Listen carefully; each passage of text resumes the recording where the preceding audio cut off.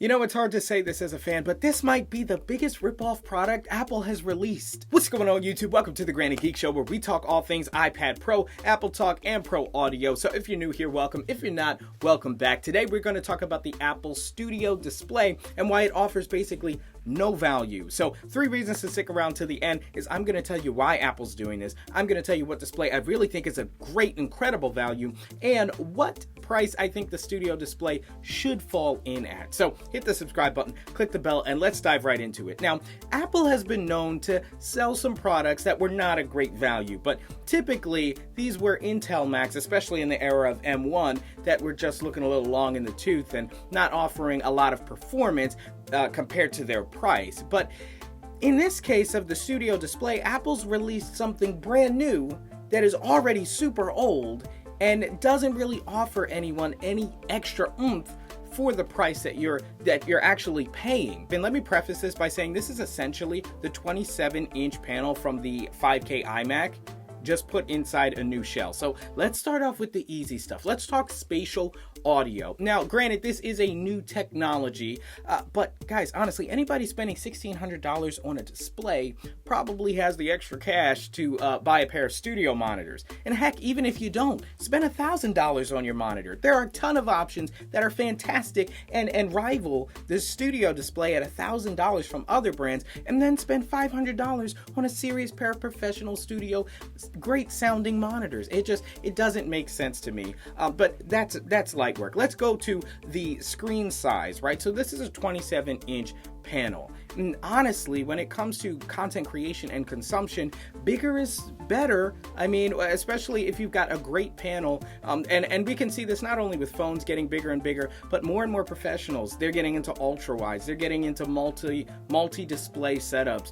just getting as much screen real estate as they can at high resolution. And so 27 inches for, again, a 16 for the price is just not really what I would be expecting. Now, I think there's a reason Apple's doing this, is if they made it a 32-inch monitor, some people who are maybe considering the Pro Display XDR, which is definitely worth the price and has a ton more features, they might go over to the Studio Display because it's the same size display and you just take off some of those great features. Although, you know, I think the XDR display is still miles and miles more valuable than the Studio Display. But that's another story for another day. So next, let's talk about quirks and features, right? The Mac-esque, nice to have things about the Studio Display. I'm talking center stage and the USB-C hub.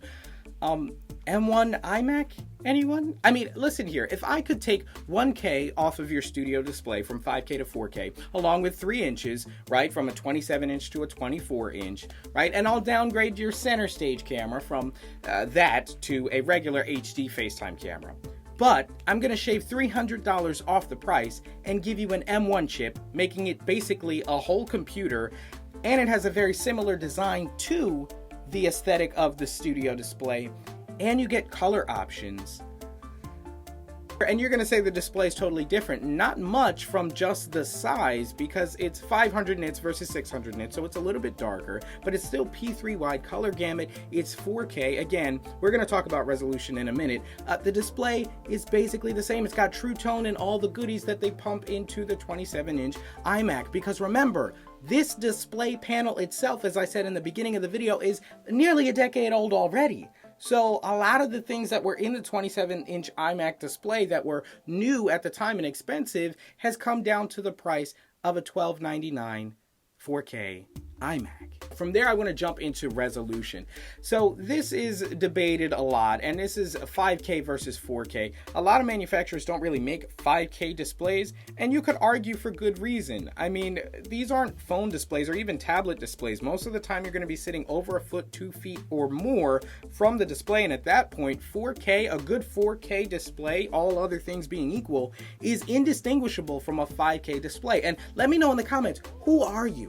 Who are the people who absolutely need that 5K versus 4K and are saying, oh, well, for my workflow, I really need that. I know some people say in some video editing, you can have a full 4K preview and then have your timeline down there, but really, are you sitting there like, oh, this is so low resolution, like this slightly less than 4K preview or this 1080 preview up in the upper fourth of my display? is so low res. I mean, honestly, it's not. Okay, so I showed that basically the studio display is not groundbreaking or necessarily new in any meaningful way besides this one thing, and this is where I'm getting into the reason why Apple is charging such a ridiculous amount for this display. It is the R&D cost to design the XDR Pro display, the iMac, and the studio display. Very, very similar design. And what's happening here is the display itself is something that, you know, Apple's used to the cost. They've been making those 27-inch iMacs, the LG 5K UltraFine. They're used to putting in orders for that display. That's fine, but they spend a whole lot of money in creating the new aesthetic and physical form of the studio display, the M1 iMac, you name it. And so what they're doing is, how can we get a low-cost product for us to create that's going to help us make back a lot of the money that we spent on R&D, research and development, for the studio display, for the Pro Display XDR, and for the M1 iMac. It's just laughably expensive. But you know what? Speaking of value, I want to direct your attention to a display that I think is an absolutely incredible value, so much bang for your bucks. And I want to be fully transparent. They did send this display out to me, but I've been using it over a month and I have been blown away by the quality and features. I'm talking about the HP U32 4K. And listen, hold on.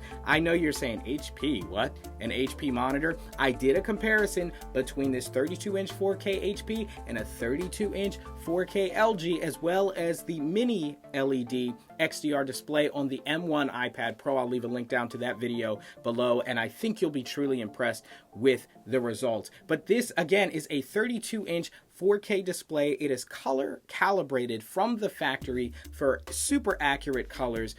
It is fully IPS display, and everything that you would need to do with the display in terms of articulation, yeah, it comes with the stand. It's fully height adjustable. You can rotate it 90 degrees. You can tilt it to different viewing angles. And get this, it even has the USB-C hub for plugging in extra peripherals. It gives you 3 extra USBs.